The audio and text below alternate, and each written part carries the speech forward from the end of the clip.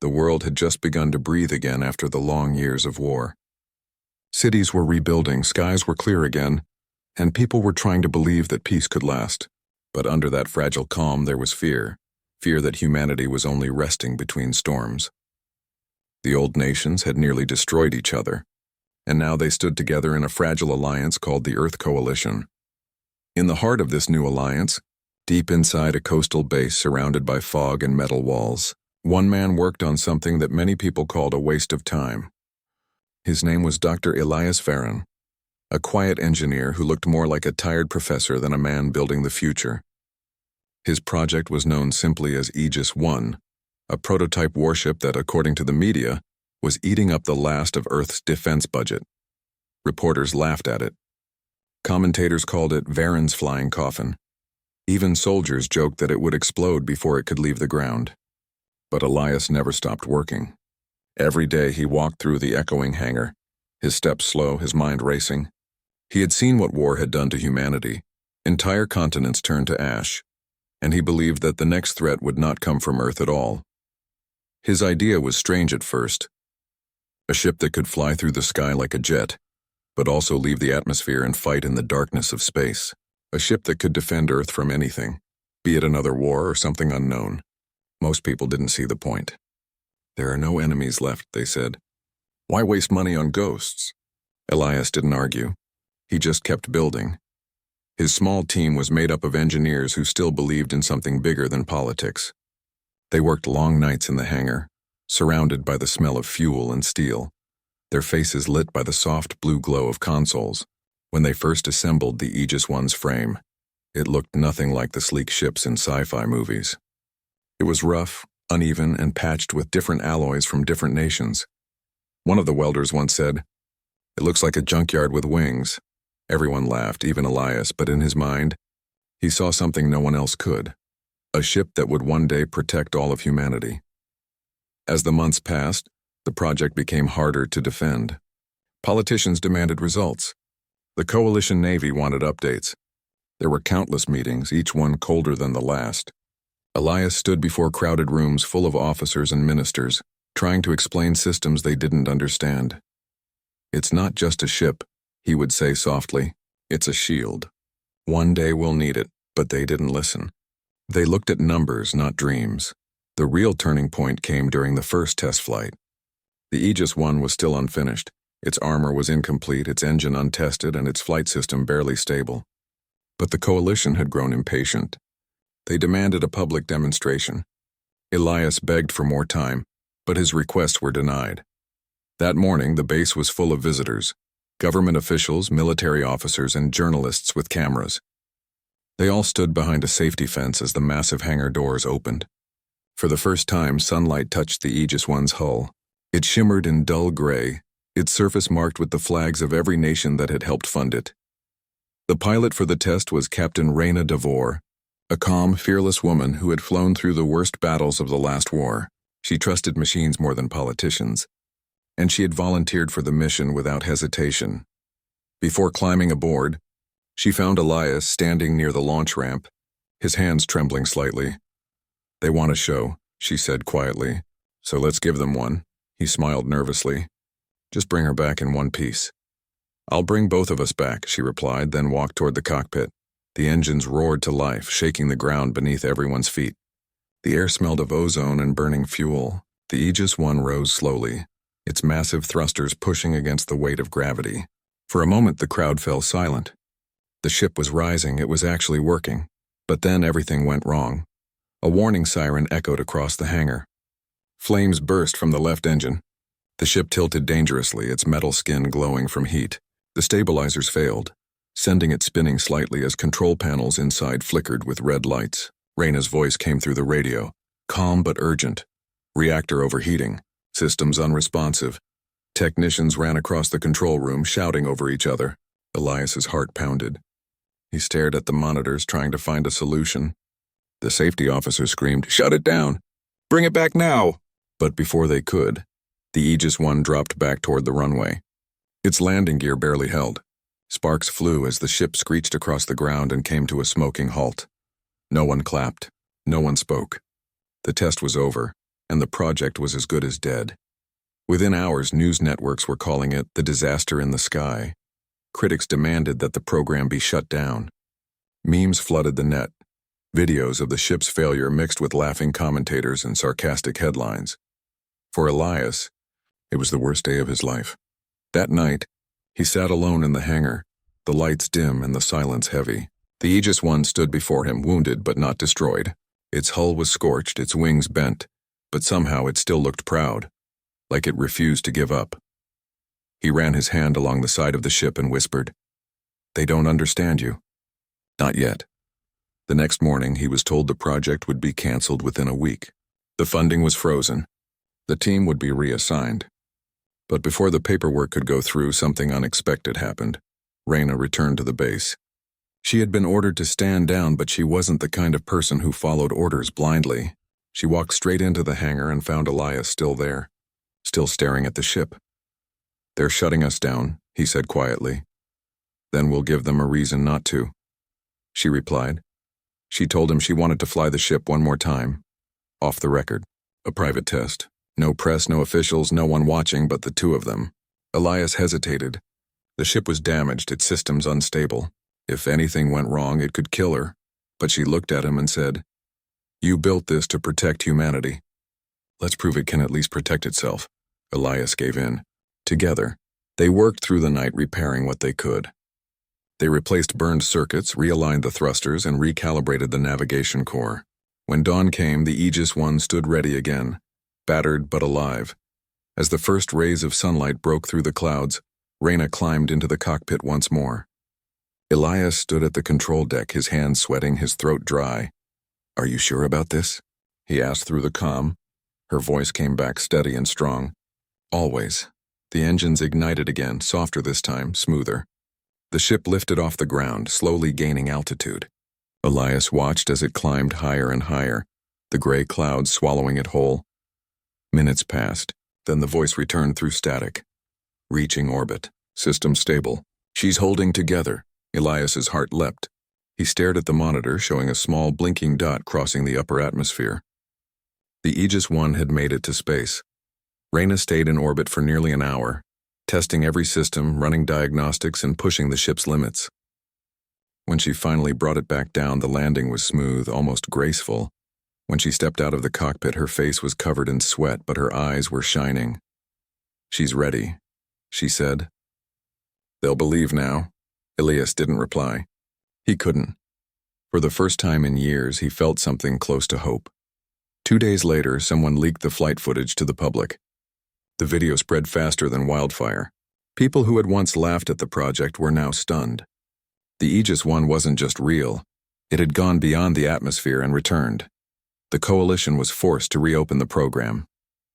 Reporters who once mocked Elias now called him a visionary. But he didn't celebrate.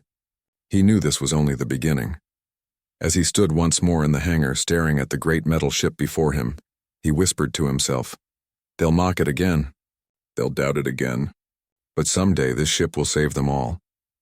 And as if answering him, the Aegis I's lights flickered softly in the dark, like the heartbeat of something alive.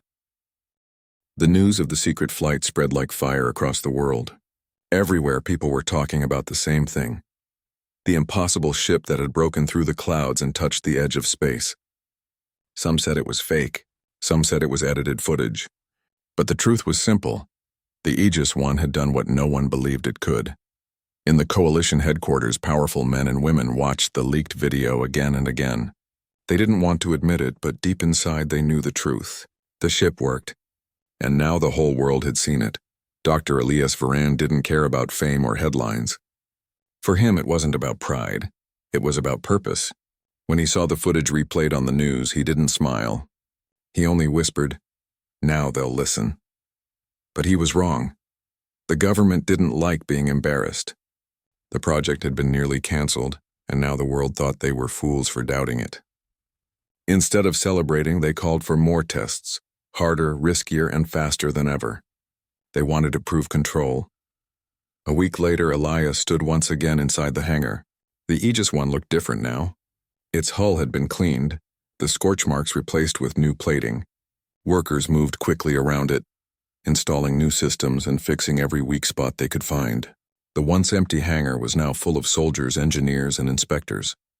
Reyna DeVore arrived early that morning, dressed in her pilot uniform, her face calm as ever. She walked up to Elias, who looked worried and tired. "They want another test," he said quietly, this time in full view. "They're calling it a confidence demonstration." Reyna raised an eyebrow. "Confidence? Sounds like they're scared." "They are," Elias said. "If it fails, the project dies. If it succeeds, they'll try to take it away from us." She smiled faintly. "Then we'll just make it work." That afternoon, under a bright sky and a watching world, the Aegis I prepared for its second flight. Dozens of cameras lined the airfield. Politicians stood behind glass walls, waiting for their moment to say, "We told you so." Elias stayed in the control room, his eyes locked on the monitors. His team sat beside him, hands flying over controls, double-checking every system. For him, every number on the screen was a heartbeat, and if even one skipped, it could mean disaster. Reyna's voice came through the radio, clear and steady. "Control, this is Aegis I, systems green. Awaiting launch clearance." Elias pressed the microphone. "Aegis I, you're clear. Bring her home safe." "Always," she replied, her voice calm. The engine started, this time with a deep, confident roar. The ground shook, dust swirling around the landing strip. Slowly, the ship lifted, on smooth, steady, and sure. The entire crowd went silent. As the Aegis I climbed higher, the control room filled with data. Everything was stable. The ship moved like it was alive, responding to every touch of Reyna's hand. For the first time, Elias allowed himself to breathe. At 30,000 feet, Reyna spoke again. "Engaging high-atmosphere thrusters." "Copy," Elias said. Then came a flash of light. The Aegis I broke through the clouds in a smooth silver arc. Sunlight caught its wings, and for a moment it looked like a bird rising from the ashes. People on the ground gasped. Some clapped. Even the doubters fell silent. Then the unthinkable happened. A sudden tremor ran through the ship. One of the reactor cores began to fluctuate. Warnings flashed across the cockpit screens. "Reactor unstable," Reyna said, her tone still calm but firm. Trying to stabilize, Elias's heart sank. His fingers flew over the keyboard. "Divert power to cooling system. Don't push the engines." "I'm not," she said, but her voice strained as the ship started to rattle. The crowd below had no idea what was happening. To them, it just looked like a small shimmer in the sky. But in the control room, Elias and his team knew it could end everything. Not just the flight, but the dream itself. He turned to his assistant. "If it overheats again, she'll lose the reactor. Tell her to—" Before he could finish, Reyna's voice cut in sharply. "I can handle it." She switched to manual control, bypassing the automatic systems. Her hands moved quickly over the controls, her breathing steady. The ship dipped for a moment, then steadied. Inside the cockpit, warning lights blinked red, but slowly, one by one, they began to turn green again. The reactor cooled. The shaking stopped. Elias froze, watching the readings climb back to normal. "She did it," he whispered. "She actually did it." Moments later, the Aegis I crossed into the upper atmosphere once again, gliding perfectly against the deep blue sky. The control room erupted in cheers. People clapped, shouted, even hugged each other. But Elias just sat down, covering his face with his hands. Relief washed over him like a wave. When Reyna brought the ship back down, the landing was flawless. Not a single error, not a single scratch. The moment the landing gear touched the ground, the entire base broke into applause. Even the politicians who had come ready to mock her stood up, clapping with forced smiles. Elias walked out onto the runway as Reyna climbed out of the cockpit. The crowd surrounded her, cameras flashing, reporters shouting questions. She ignored them all and walked straight toward Elias. "Told you she'd fly," she said with a grin. He laughed softly. "You scared me half to death." "Good," she said. "Now you know what it feels like to be alive." That night, the world saw the footage of the successful flight. The image of the Aegis I gliding through the clouds played on every screen, from crowded city squares to small village shops. Children pointed and smiled. Old soldiers nodded quietly, remembering the days when courage still meant something. But not everyone was happy. Some powerful voices within the coalition were worried. The Aegis I had proven it could fly, but it also proved that Earth could build something no other faction had: The Lunar Federation called it a symbol of old-world pride. The Martian colonies claimed Earth was preparing for domination. Accusations started to rise, and the fragile peace began to shake. Elias didn't care about politics, but he could feel the pressure closing in.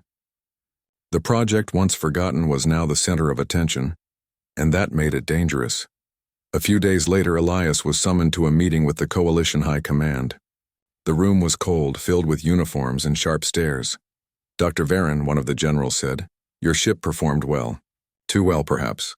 Elias frowned. "Too well?" "Yes," the man continued. "Now everyone wants to build their own version. We need to decide how much of your design we'll share." "It wasn't built to divide," Elias said quietly. "It was built to protect." Another officer leaned forward. "Protect from what?" "There's no enemy left, Doctor. Maybe it's time you stopped preparing for wars that don't exist." Elias wanted to speak, but he didn't. He just looked down at his hands. He knew they couldn't see what he saw. The quiet unease. The sense that something was coming. That evening, when he returned to the hangar, he found Reyna sitting on the floor beside the Aegis One's massive landing strut. She was cleaning her flight helmet, the metal surface reflecting the dull light above. "They're afraid," she said without looking up. "Of what?" Elias asked. "Of what they can't control," she replied. "You gave them something powerful, and now they don't know what to do with it." He sighed. "They'll try to take it away." "Let them try," she said quietly. "They don't understand this ship like we do." The hangar fell silent again. Outside, rain began to fall, slow, steady drops that echoed against the roof. Elias stood there, staring at the ship that had changed everything. He knew that this was no longer about science or reputation. It was about survival. The Aegis One had proven itself in the skies, but soon it would have to face something much greater, something that would test not just metal and machines, but the courage of the people who believed in it. And somewhere far beyond Earth's blue horizon, something else was moving, silent, patient, and watching. The world still celebrated, unaware that their greatest invention was not just a ship, but the first step toward a storm no one could see coming. The success of the second flight made the Aegis One world famous. For the first time in years, people on Earth felt proud of something that wasn't about war or politics. They saw hope in the sky again. But the higher the ship rose, the more enemies it created. Far from Earth, on the red deserts of Mars, the leaders of the Martian colonies were not impressed. They watched the same videos everyone else saw, the ship soaring into space, the people cheering, and they laughed. On live broadcasts, Martian scientists called it an outdated design, a steel dinosaur built by a planet that still dreams of the past. On the moon, the Lunar Federation's military commanders joined in. They joked that Earth's engineers were using glue and hope instead of science. Their news channels showed glossy images of their own fleet, sleek white, cruisers that looked like they came straight out of a dream. Compared to them, the Aegis One looked bulky and strange, almost handmade. At first, Elias Varen tried to ignore it. He told his team, "Let them laugh. We built this ship to protect, not to impress." But deep inside, the words hurt. He had spent years working day and night on this project, often with no sleep, no praise, and no support. And now that it finally flew, all he heard was laughter. The mocking didn't stop there. Online, people started making parodies. Cartoon videos showed the Aegis One breaking apart mid-air or spinning out of control. Memes called it Earth's flying brick. Reporters who once praised Elias now began to question the project's cost. "Do we really need this old ship?" one headline asked. "Mars already has better." Even inside the Earth Coalition, the mood was changing. Some officials wanted to cut funding again.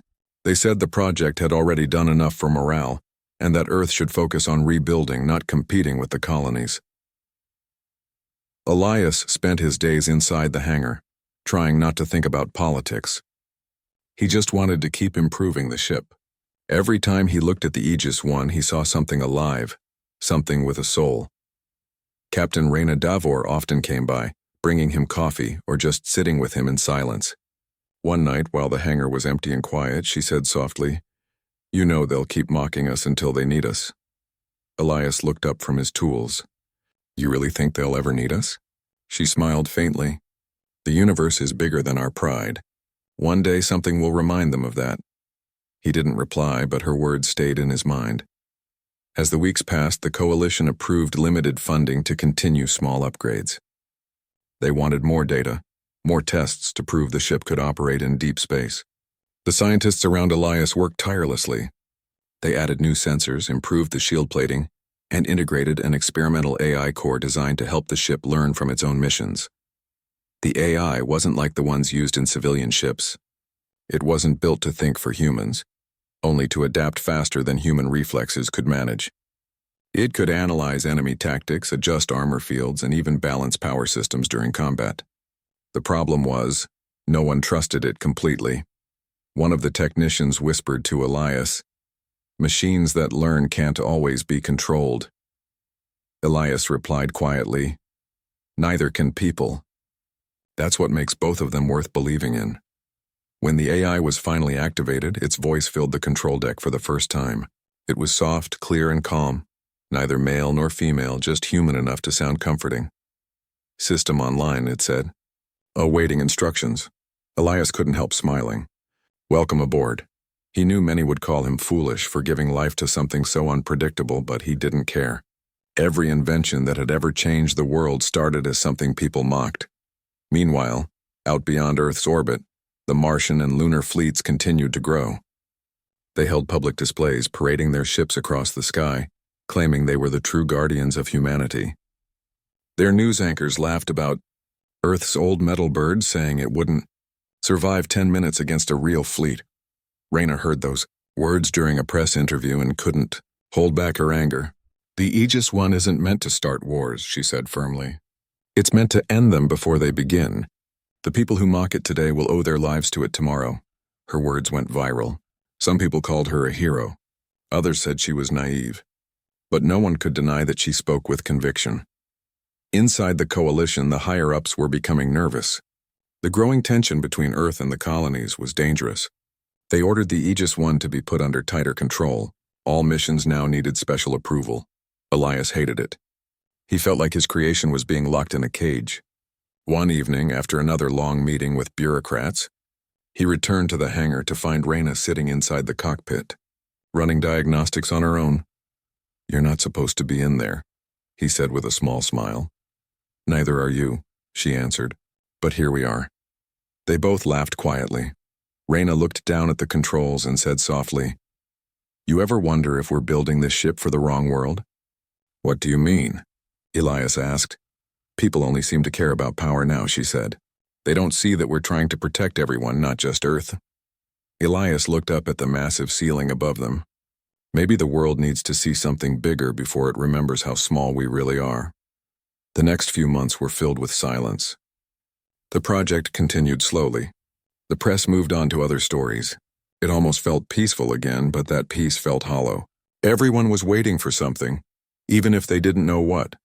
Then one night an unknown signal was detected on the edge of the solar system. It was faint, distant, and strange. Not from Mars, not from the moon, not from any human source. The first report was ignored. The second one was dismissed as interference. But by the third time, even the most skeptical analysts admitted it was real. Still, the public wasn't told anything. The coalition wanted to avoid panic. Only a few people inside the defense division knew about it, and Elias was one of them. He was called into a private meeting with senior officials. The atmosphere was tense. One of them said, "We're picking up unusual movements near the outer system. We don't know what it is yet, but we need to be prepared." Elias's pulse quickened. "You think it's hostile?" "We don't know," the man replied. "But if it is, we'll need every ship we have." Elias left the meeting without saying a word. He walked straight to the hangar, where the Aegis One rested silently under dim lights. He ran his hand along its metal hull, cold and solid under his fingers. "They're laughing at you," he whispered. "But soon they'll call your name."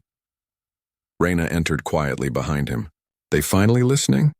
she asked. He nodded slowly. "Not yet, but they will." For the next few weeks, the hangar buzzed with quiet urgency. The crew ran secret simulations, preparing for possibilities no one dared to speak aloud. They didn't know what was coming, only that it wasn't human. Outside, the mocking continued.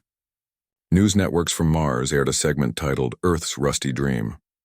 One commentator laughed and said, "By the time they finish fixing that antique, The universe will have moved on. Elias watched the clip once, then turned it off. He didn't care anymore. The world could laugh all it wanted. The Aegis One was ready, and deep down he could feel it. The bond between Elias, Reyna, and the ship had become something beyond words. They no longer saw it as a machine. It was a promise, a symbol of humanity's stubborn hope, built by hands that refused to give up. One night, as he prepared another system test, Elias stood alone in the cockpit. The AI spoke softly through the console. "Dr. Varan," it said, "why do humans continue when others mock them?" He smiled faintly. "Because one day we stop hearing the laughter." He looked out through the cockpit window at the quiet sky. It looked peaceful, but he knew better. Somewhere out there, something was coming closer. The Aegis One's lights flickered gently, as if it too could sense what was about to unfold. Far beyond Mars, in the endless dark, a strange metallic object drifted silently toward the inner planets. Its surface pulsed with an eerie blue glow. No one on Earth saw it yet. No one on Mars understood what it was. But when it arrived, every mocker, every doubter, and every politician would remember the name of the ship they once called a joke, and realize it was the only thing standing between survival and the end. Elias didn't know it yet, but the countdown to the first encounter had already begun. The first strange signal was detected quietly, almost ignored. But a few weeks later, the readings became too strong to dismiss. Something was moving toward the inner solar system, slow, steady, and massive. It didn't match any known human technology. It wasn't a comet or a rock either. It moved with purpose. At first, the Earth Coalition kept it a secret. They told the media it was a classified observation exercise. But the colonies on Mars and the Moon also noticed it, and soon the story leaked. Within days, the entire system was talking about one thing: the object. On news screens across Earth, experts debated endlessly. Some said it was a piece of lost human tech drifting back from deep space. Others claimed it was alien, though most laughed at the idea. The Lunar Federation even joked that Earth was making it up to distract from its failing economy. But Dr. Elias Varan knew something was wrong. He had seen the readings himself, and he knew how to read the small details, the energy patterns, the movement speed, the way the signal pulsed in strange rhythms, almost like breathing. This wasn't a rock. This wasn't a machine they had built. One late evening, he sat alone in the hangar, staring at the data on a flickering screen. The Aegis One stood behind him, quiet and patient. The ship almost felt alive in the silence, as if it too could sense what was coming. Reyna walked in, holding 2 cups of coffee. She handed him one without saying a word. They had both been sleeping very little lately. Finally, she asked, "How far is it now?" Elias rubbed his eyes. 2 weeks, maybe less. And they still don't believe? He shook his head. They're arguing about politics, not preparing for what's coming. Reyna sighed. Then we'll have to prepare alone. The next morning, the coalition called for a private emergency meeting. The room was full of tension. High-ranking officers, scientists, and world leaders sat around a long table, staring at holographic projections of the object. "It's enormous," said one officer, "at least 20 kilometers wide. Could it be one of Mars's mining platforms?" Another asked. "No," Elias said firmly. "The signal is organic in rhythm. It's transmitting something. Not data, more like sound." "Sound?" He nodded. "Patterns. Repeated intervals. Almost like language." The room fell silent. Someone finally said what everyone was afraid to say out loud. "You're saying it's not human." Elias didn't answer. He didn't have to. The look on his face said everything. Within days, the coalition declared a system-wide alert. Mars and the Moon were informed, though their leaders still mocked Earth publicly. "Let them panic," said one Martian commander on the news. "We have our own defenses." But behind closed doors, even they were nervous. Every telescope and radar was now aimed at the same point in space, the approaching object. As the signal grew stronger, strange disruptions began to appear. Communications between the colonies flickered with static. Satellites glitched. Power grids on Earth experienced short blackouts that no one could explain. People started to feel uneasy. The calm skies suddenly felt heavier, darker. In the middle of it all, Elias and his small team worked day and night inside the hangar. The Aegis One had been upgraded again. New armor plating, improved thrusters, and enhanced long-range sensors. The AI was constantly analyzing the signal, trying to decode its patterns. One night, while Elias was reviewing data, the AI suddenly spoke. "Dr. Varon," it said softly, "I have identified repetition in the incoming signal." Elias leaned forward. "Repetition? What kind?" "It appears to be intentional. The signal is structured like communication." "I detect symmetry, a greeting pattern." He froze. "A greeting?" "Yes," the AI said. "But the structure is not consistent. It changes every hour, like it's searching for something." Reyna walked over. "Searching for what?" The AI paused. "A response." The words sent a chill down Elias's spine. By the end of that week, the object had entered the outer edge of the solar system. Every nation was watching now. The coalition ordered all ships to remain on standby. The Aegis I was among them, the only vessel on Earth fully equipped for space combat and long-range travel. The day finally came when the object stopped moving. It hovered beyond the orbit of Mars, motionless and silent. For 12 long hours, nothing happened. Then, without warning, the signal changed. It became louder, clearer, almost musical, but the tone was deep, haunting, and strange. Elias listened through the speakers in the control room. The sound was beautiful in a terrifying way, like a choir of voices that didn't belong to any living creature. Suddenly, Mars lost contact with its outer stations. One by one, their signals vanished. Coalition command was thrown into chaos. Orders flew in every direction. Ships were scrambled. No one knew what to do. And then the first images came in. Giant black structures emerging from the object, spreading like wings. It wasn't a rock. It was a ship, or maybe something beyond what they understood. The Lunar Federation tried to make contact first. They sent a message in every known frequency. There was no answer. Moments later, their communication hub near the Sea of Tranquility went offline. Elias stood in the control room, watching in horror as the screens filled with error messages. The Martian fleet launched a counterforce, hundreds of drones and ships, but within minutes their entire signal disappeared into static. The unknown object didn't fire visible weapons. It simply released a wave, invisible, silent, and everything electronic in its path went dead. The coalition turned to Elias. The same people who had laughed at him were now desperate. "Doctor," one general said over the secure line, his voice shaking, "you're the only one with a ship that might withstand this. Can the Aegis I respond?" Elias looked at the data, then at Reyna.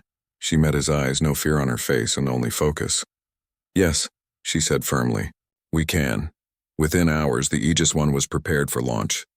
The base buzzed with movement.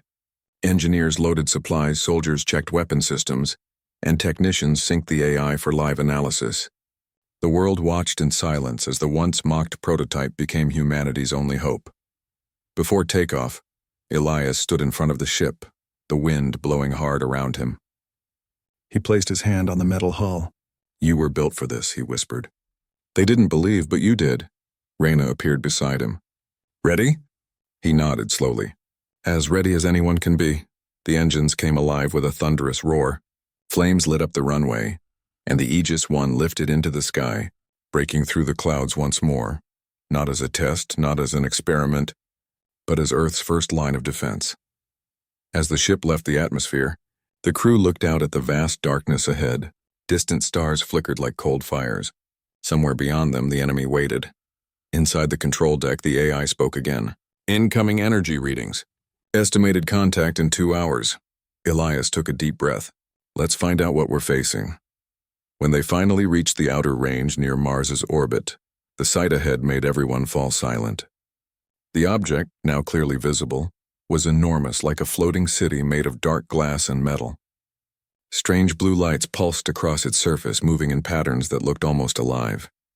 Reyna whispered, "It's beautiful and terrifying." Elias nodded slowly. "It's both."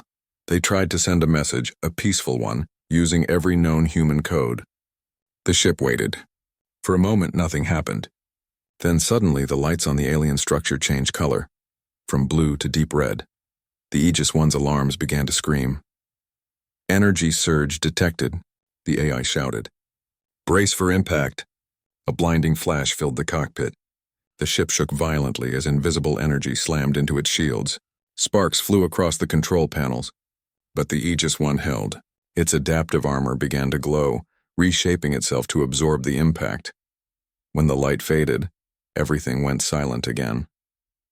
Reyna's hands gripped the controls tightly. "We're still here," she said. Elias checked the readings. "Shields are holding. It's learning how to protect itself." For the first time, the crew realized what made this ship different. It wasn't just strong. It was alive in its own way, adapting faster than they could react. The AI spoke again. "Enemy activity decreasing. They are observing us." Elias stared at the alien ship on the screen. "Then let's show them what Earth is made of." And with that, the Aegis One turned toward the massive structure, its engines burning bright. The first battle of humanity's survival was about to begin, and the ship everyone once mocked was now the only thing standing between Earth and the unknown. The Aegis One floated silently near the massive alien structure, its engines humming like the heart of a living creature. Outside, the stars stretched endlessly, cold and distant, but the tension inside the cockpit was electric. Every eye on the control deck was fixed on the approaching threat. "Energy levels stable," the AI reported calmly. "Shields at 98%. All systems nominal." Reyna gripped the controls tightly. "Let's keep it that way. I don't want to test them more than we have to." Elias stood behind her, staring at the holographic display that showed the alien structure. It was enormous, easily larger than any human city, dark and angular with pulsing lights that shifted like they were breathing. He could feel a strange rhythm from it, almost as if it were alive. "Why are they doing this?" Elias whispered to himself.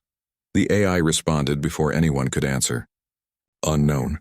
Observing human reaction. Adaptive analysis ongoing." The first attack came without warning. A wave of energy surged from the alien ship, invisible at first, then hitting the Aegis One with a force that made the hull groan. Sparks flew from the control panels. Warning lights flashed red. The ship shook violently. "Brace yourselves," Reyna shouted. Her hands moved over the controls with calm precision, adjusting shields and redistributing power. The ship's adaptive armor glowed as it absorbed the energy, changing its shape slightly to reduce impact. Elias held onto the console. "It's learning," he yelled. "It's figuring out how to hit us." Reyna didn't respond. She was too focused on keeping the ship from spinning out of control. Minutes passed like hours as the Aegis One endured wave after wave of energy attacks. Every time it was hit, the adaptive armor adjusted, repairing itself almost as if the ship were alive. Finally, after what felt like an eternity, the alien ship stopped. Its lights dimmed slightly, but they could still feel its presence, vast, silent, and watching. The AI spoke. "Attack patterns have paused. Repeated attempts to predict human maneuvers are ongoing." Elias exhaled slowly. "It's learning faster than we expected." Reyna finally spoke, her voice calm but firm. "Then let's teach it something new." She activated the ship's weapons system. The Aegis One had been equipped with energy projectors designed to disrupt the structure of incoming attacks. It wasn't meant to destroy, only to defend and survive. But now it had to act offensively. The first shot fired, a bright beam cutting through the void. It struck the alien structure, and for a moment nothing happened. Then a section of its surface shimmered and reshaped itself, showing a strange intelligence in motion. The alien ship responded, sending another energy wave at the Aegis One. Reyna maneuvered quickly, weaving through space like a dancer, avoiding hits and returning fire. Elias watched the readings spike and drop, heart pounding. Each adjustment of the shields and weapons felt like threading a needle at the speed of light. "This isn't just a fight," Elias muttered. "It's a test." The alien ship's attacks became more precise. It seemed to anticipate the Aegis One's movements, learning from every dodge, every return fire. But the human ship had something the alien didn't: intuition. Reyna moved not just with logic, but with instinct, predicting the unexpected, reacting to the ship as if it were an extension of herself. Hours passed. Neither side gained a clear advantage, but the strain began to show. Panels flickered, engines overheated, and small systems failed temporarily. Yet every time the Aegis One was hit, it adapted, changed, and survived. Suddenly, a warning light flashed. "Hull breach detected," the AI reported. "Minor damage. Repairs underway." Reyna didn't hesitate. "Divert all power to shields and repair systems. Keep us intact." The alien ship sent a concentrated energy pulse directly at the core. Sparks flew, alarms screamed, and for the first time the Aegis One tilted dangerously. Elias gritted his teeth, gripping the console.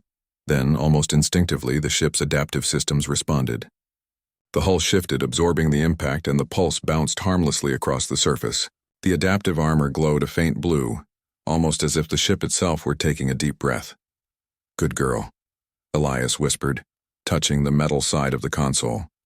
Reyna's voice came over the comm. "We're not done yet." She maneuvered the Aegis One around the alien structure, looking for weak points. The alien ship responded by sending multiple energy tendrils toward them, but the AI had already learned from the previous waves. It suggested a counter pattern, predicting the attacks before they happened. For the first time, the humans weren't just surviving, they were leading the fight. The Aegis One's projectors hit several points on the alien surface. Sections of the structure shimmered almost like it was being rewritten. Then, without warning, the alien ship paused. The pulsing lights slowed, and the energy waves stopped. For a moment, silence filled space.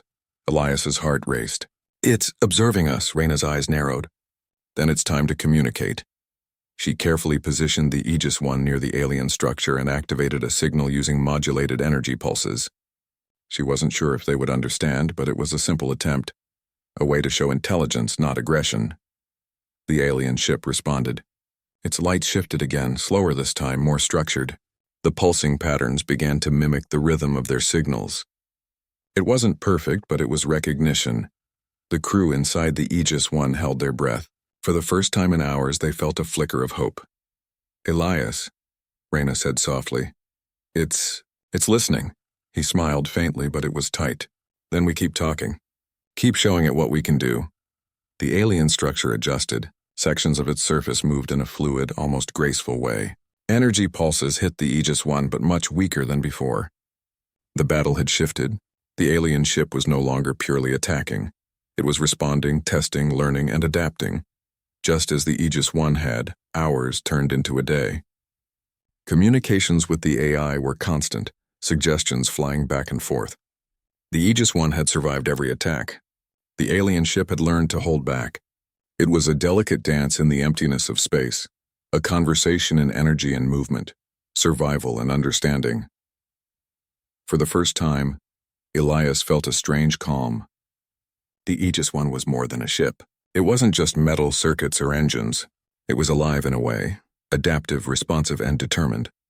It carried not only the crew but the hope of Earth. Reyna spoke quietly. "We can do this. We're teaching it, and it's learning from us." Elias nodded. "We're not just fighting. We're surviving, together." By the end of the day, the alien ship had withdrawn slightly. It hovered almost respectfully, maintaining a distance that no longer threatened the Aegis One directly. The first battle was over, at least for now. The crew of the Aegis One looked out of the cockpit windows at the alien structure. It was enormous, still alive with strange energy, but it no longer felt like an unstoppable threat. For the first time, they saw it as something that could be reasoned with, not just defeated. Elias touched the console again, whispering, "We did it." "You did it," Reyna looked at him, exhausted but smiling faintly. "They mocked you. They laughed at this ship. But they'll remember it now. This is what it was built for." The AI spoke softly, almost thoughtfully. "Humanity's ingenuity and resilience have been demonstrated. Adaptive learning successful. Survival probable." Elias let out a long breath he didn't realize he was holding. The first battle was over. The Aegis One had survived when all odds were against it. Humanity's hope had survived, but Elias knew the fight was far from finished. This was just the beginning. Somewhere beyond, the alien ship would continue to learn, and one day, a choice would have to be made, whether to fight, communicate, or survive in ways they could not yet imagine. The sun began to rise on the distant horizon of Mars, casting a pale light across the cockpit. The Aegis One floated quietly, engines humming softly. Outside, space seemed calm, but Elias knew better. The universe was vast, and their first battle had only proven one thing. Survival required courage, trust, and the willingness to face the unknown. Reyna reached out and placed her hand on the console beside Elias's. "We'll be ready," she said simply. He nodded, finally allowing himself to feel hope again. The Aegis One had not only survived, it had proven itself. It had become a symbol of what humanity could achieve when it refused to give up. And somewhere in the dark reaches of space, the alien ship pulsed again, watching, learning, and waiting. Elias whispered to himself, "This is just the beginning." The Aegis I returned to Earth after its first encounter with the alien structure, but the journey back was quiet. The ship's engines hummed softly, and inside the cockpit the crew sat in silence, letting the tension of the past battle slowly fade. The stars outside stretched endlessly, calm and indifferent, as if the universe itself had taken a deep breath after witnessing what had happened. Elias Varon sat at a console, staring at the hull, still feeling the echoes of the fight. His hands were tired, his mind heavy, but his heart felt lighter than it had in years. The ship had survived. Humanity had survived. Reyna DeVore broke the silence, her voice quiet but firm. "We did it. We survived." Elias nodded slowly. "More than that. We proved something. That hope, courage, and persistence can survive even the impossible." They didn't speak of the damage, the minor breaches, or the countless systems barely holding together. That could be repaired. What mattered was that they had faced something no human had ever seen, and had not only survived but had shown resilience. When they landed, the scene at the hangar was nothing like the first time. No politicians were sneering. No reporters were mocking. People lined the streets, cheering and waving flags. Children ran alongside the security perimeter, pointing at the massive ship with wide eyes. Soldiers saluted it. Engineers whispered in awe, and the entire world seemed to be holding its breath in reverence. Elias walked out of the control deck, Reyna beside him. Together they approached the crowd. He looked at the faces before him. Faces that had once doubted, faces that had once laughed. And now they looked at him and the ship with a mixture of relief, pride, and awe. The news media had changed their tone. "The ship that saved humanity," one headline read. "Earth's courage shines beyond the stars," another proclaimed. Inside the hangar, Elias and Reyna met with world leaders who, for the first time, looked at him with genuine respect. "You built something remarkable," one of them said. It changed everything." Elias shook his head. "It wasn't just me. It was the crew, the engineers, and everyone who believed when no one else did. This ship isn't just metal and circuits. It's humanity's determination." But even as the celebrations continued, Elias knew that the encounter was only the beginning. The alien ship had retreated, yes, but it had observed, adapted, and learned. They hadn't defeated it. They had survived it. And survival was only the first step toward understanding. Over the next few months, the Aegis I became the center of a new era. Nations that had once mocked Earth's technology came to respect it, and even colonies like Mars and the Moon began to cooperate, sharing research and knowledge.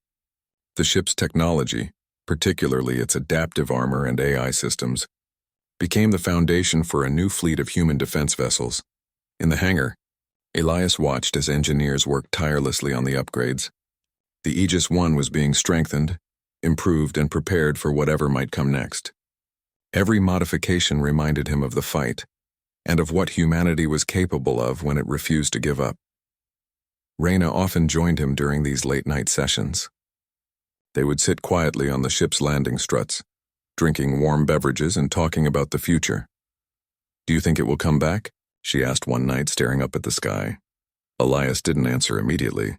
He studied the stars for a long moment. "I don't know. But if it does, we'll be ready. We'll be stronger, smarter, together."